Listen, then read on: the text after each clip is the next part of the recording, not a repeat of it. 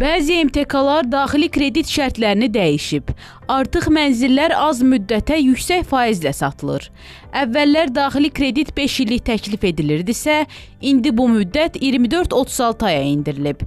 İqtisadçı Rəşad Həsənov deyir ki, bu son vaxtlar ortaya çıxmış faktorlardan qaynaqlanan bazar vəziyyətidir. Bazarda təklifin azalması meylləri müşahidə olunur. Bakı şəhərinin baş planının hazırlanması prosesindəki gecikmələr, tikinti meyarlarının şərtlərinin sərtləşdirilməsi, pilot layihələrin icrası prosesinin ləngiməsi, təklifin azalmasını şərtləndirən əsas faktorlardan biri kimi ortaya çıxdı. 2024-cü ilin ikinci rübün kommersiya bankları tərəfindən verilən ipoteka kreditləri üzrə şərtlər sərtləşdi, faizlər artırılır və bu faizlər artıq 12%-ə qədər yüksəlibdir. Alternativ şərtlər ağırlaşdıqca bazar daxili ipoteka şərtlərini ağırlaşdıra bilir. Rəşad Həsənov deyir ki, tikinti şirkətlərinin cəlb etdiyi vəsaitlər də artıb. Digər bir tərəfdən artıq şirkətlərin daxili satış zamanı əvvəlki dövrlərdə geniş yayılmış qeyri-rəsmi münasibətləri tətbiq etmə imkanları məhdudlaşıbdır. Satışların əhəmiyyətli hissəsi leqallaşdırılır, qanuni yolla həyata keçirilir. Bunun yaratdığı xərclər də prosesdə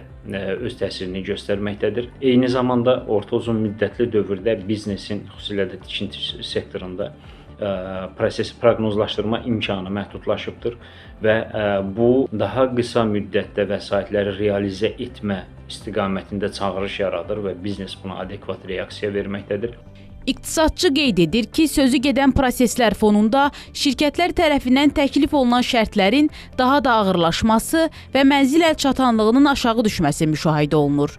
İlham Əkəliyeva, Xəbər Ertəsi.